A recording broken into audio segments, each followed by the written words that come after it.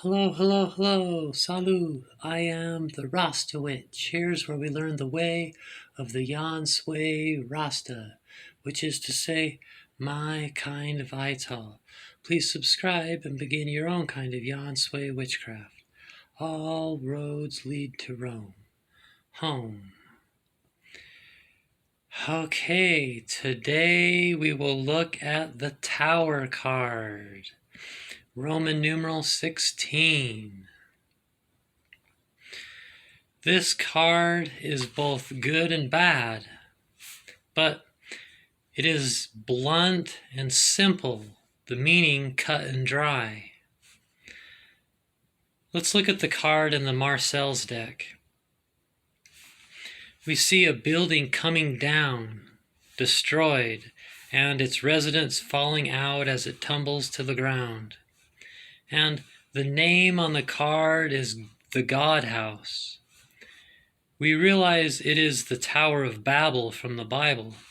As the mythology goes, all humans spoke but one language, and they united to build a giant tower so high they could be like God, a man in the sky.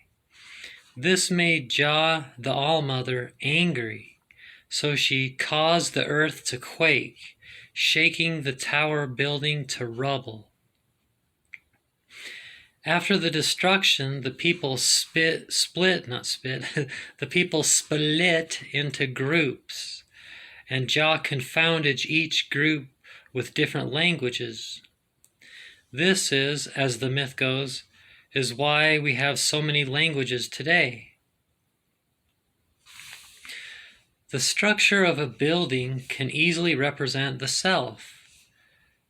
Attics and secret rooms represent unexplored chambers of the mind. Basements represent hidden secrets and forgotten memories. Stairs represent the way to a higher consciousness. Ancient buildings speak for an antiquity that the soul recognizes. Spiritual buildings speak for the innermost aspirations of the soul. A neglected building reveals a poverty of being. A grandiose building speaks of an overvalued sense of worth. A haunted house represents so, and on and on and on. This card portrays the situation in life when everything we have built up and hold dear to is struck down and destroyed. This card will support you when an aspect of your life collapses into ruins. Like I said, it can be good or bad. When something you hold dear or necessary for life collapses, it is obviously bad. But when you outgrow something that therefore symbolically collapses, it is a good thing. Either way, when one door closes, another is opened. Now you can put your energy to reconstructing a new structure. We see this much today. People saying they are deconstructing the religion given to them by their parents. The parents see it as a bad thing, but in these times, we are going into a new era. It is a good thing to the one deconstructing because now they can rebuild their philosophy on life. They can study what the theologians and the Bible scholars say, the Bart Ehrmans, the Karen Armstrongs, the Justin Sledges, the Angela Pukas, Myth Vision, Holy Kool-Aid, the Dan McClellans of the world. Or if it's something else, you can rebuild studying the modern experts on that. And this is obviously all good, unless we throw the baby out with the bathwater, because the new building is up to date, modern, fresh, and improved. We shall see what the next generation thinks of it.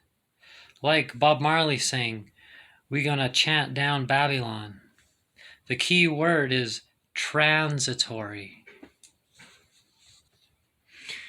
Okay, let's look at the chart. The tower pathway is the pathway that bridges the lower polarity. The lower polarity is the polarity within you. Not like the other polarities. I mean, they're all within you. It's the polarity of you. Not like the other polarities that are archetypes or across the abyss. In the Sephirot, it bridges number 7, Netzach, which is feelings and emotions, the feminine side, and with number 8, Chod, which is thinking and intellectuality, the masculine side of the polarity. To have good balance between these in us is to be healthy mentally. And the corresponding Hebrew character, see above the door? The corresponding Hebrew character in the Kabbalah is Peh, which means mouth. See how it's an open mouth? It even has one of those things in the back of the throat, uvula or whatever. Remember, Jah confounded the languages when the Tower of Babel fell. The word Babel means just that. Babylon, Babylon, blah, blah, blah. Let's look at the cards. Okay, so here's the Sephirot deck. We've got up here the Eye of Horus on top, and the corresponding planet Mars there,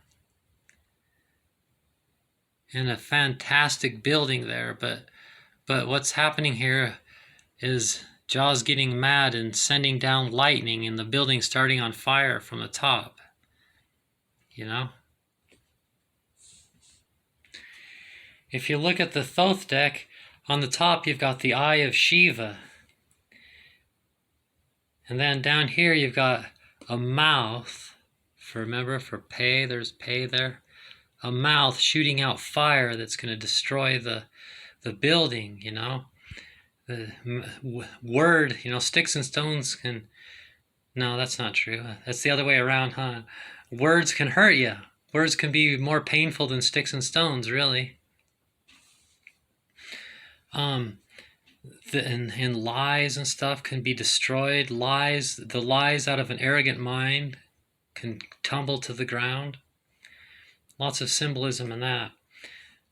And this card, the whole shape of all this card, that crystal spiral there and all that, it says in the guidebook that's the carbon crystal, how things are made out of carbon. And the serpent over here is the active will to live. And then we've got a dove over there for peace.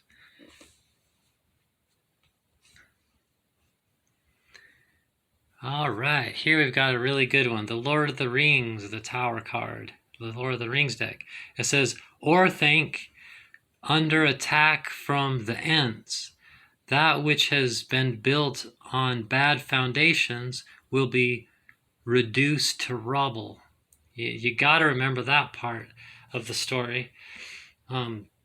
It's ironically, you're all, which one's that on? It's ironically on the movie, the Lord of the Rings one called The Two Towers.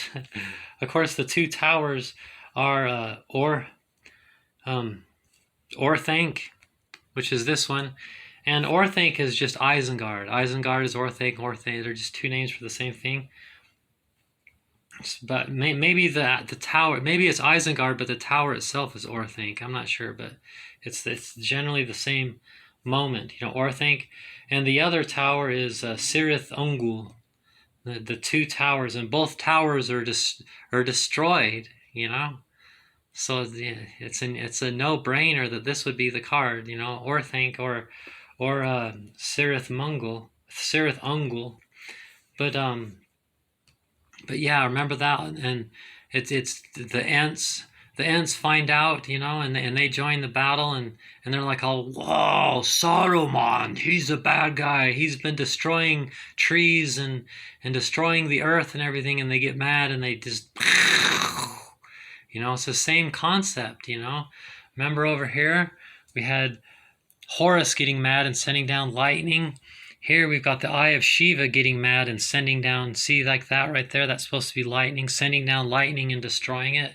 In the Tower of Babel myth, it's the All-Mother Jah sends an earthquake and tumbles it to the ground, So it's the same thing, the Ents, the earth gets mad and destroys it, Anyway, that is the card of arrogance and non-humility.